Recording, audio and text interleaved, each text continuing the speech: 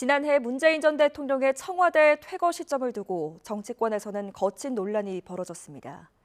여야가 이 같은 소모적인 논쟁을 막기 위해서 대통령 임기를 취임 선서를 할 때 시작하는 것으로 법 개정을 추진하기로 합의했습니다. 권남기 기자입니다. 지난해 5월 당시 윤석열 당선인은 임기 시작인 10일 0시를 기해 청와대를 완전히 개방하기로 합니다. 이를 두고 문재인 전 대통령은 임기 공식 종료인 9일 자정보다 조금 일찍 청와대를 비우고 모처의 별도 숙소에서 밤을 보냅니다. 당시 윤 당선인 측은 퇴거 시점이 인수위와 협의할 일은 아니라고 했지만 저희는 무서운 세입자가 아닙니다.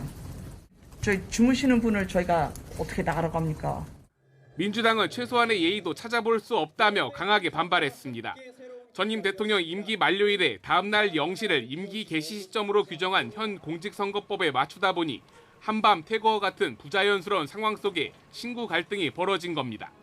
여야는 이에 따라 대통령의 취임 시점을 자정이 아닌 취임 선서 때부터 규정키로 관련 법을 바꾸기로 했습니다.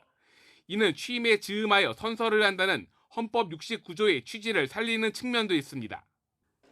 연신 땀을 닦는 국회의장, 의원들은 단상에 모여 웅성거립니다.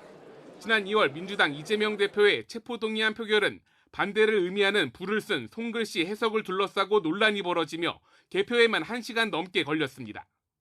이 글자는 점 찍은 것도 없고 깨끗하게 부자를 썼다고 볼 수도 있고 아니면 무효로 볼 수도 있고 한.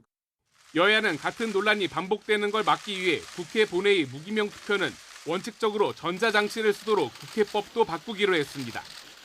국회의장과 여야 원내대표는 이같이 모두 7개 법안을 이번 달 안에 처리하기로 의견을 모았는데 이 가운데 업무방해죄 구성 요건을 개선하는 부분 등은 앞으로 여야 간 이견이 예상됩니다.